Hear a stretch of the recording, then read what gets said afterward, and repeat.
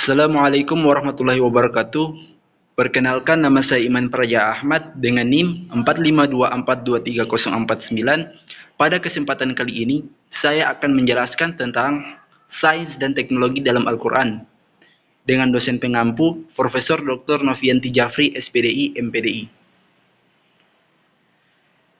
Yang pertama adalah perjalanan sains dan teknologi, yaitu periode klasik. Pada periode ini, Al-Quran telah mengandung berbagai konsep ilmiah yang masih relevan hingga saat ini. Zaman kegelapan, pada masa ini, sains dan teknologi mengalami kemunduran akibat kurangnya pemahaman terhadap ajaran Al-Quran. Era kemajuan, yaitu era sekarang, adalah Al-Quran memberi dorongan bagi penemuan dan inovasi, menghasilkan kemajuan pesat dalam sains dan teknologi.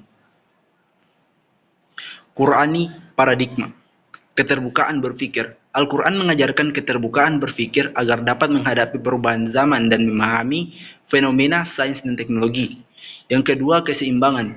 Quran paradigma menekankan pentingnya menjaga keseimbangan antara kemajuan sains dan teknologi dengan nilai-nilai etika dan moral.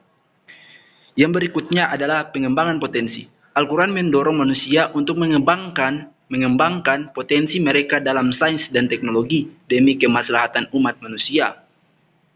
Manfaat iptek dalam Al-Quran. Pengobatan, yaitu sebagai salah satunya pengobatan. Al-Quran telah memberikan petunjuk tentang pengobatan dan dukungan terhadap perkembangan ilmu medis. Yang kedua, dalam bidang pertanian. Al-Quran menginspirasi pemahaman yang baik tentang pertanian dan teknik pengolahan sumber daya alam. Yang ketiga, arsitektur atau keindahan. Prinsip-prinsip arsitektur dalam Al-Quran memberikan paduan tentang pembangunan yang kokoh dan berkelanjutan. Etika dalam sains dan teknologi. Penggunaan yang bertanggung jawab.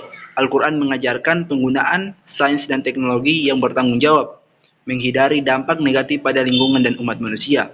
Ahli berintegritas. Konsep kejujuran dan integritas dalam Al-Quran mengarahkan para ilmuwan dan teknolog untuk bertindak dengan etika dan dalam penelitian dan perkembangan. Harmoni dalam kemajuan.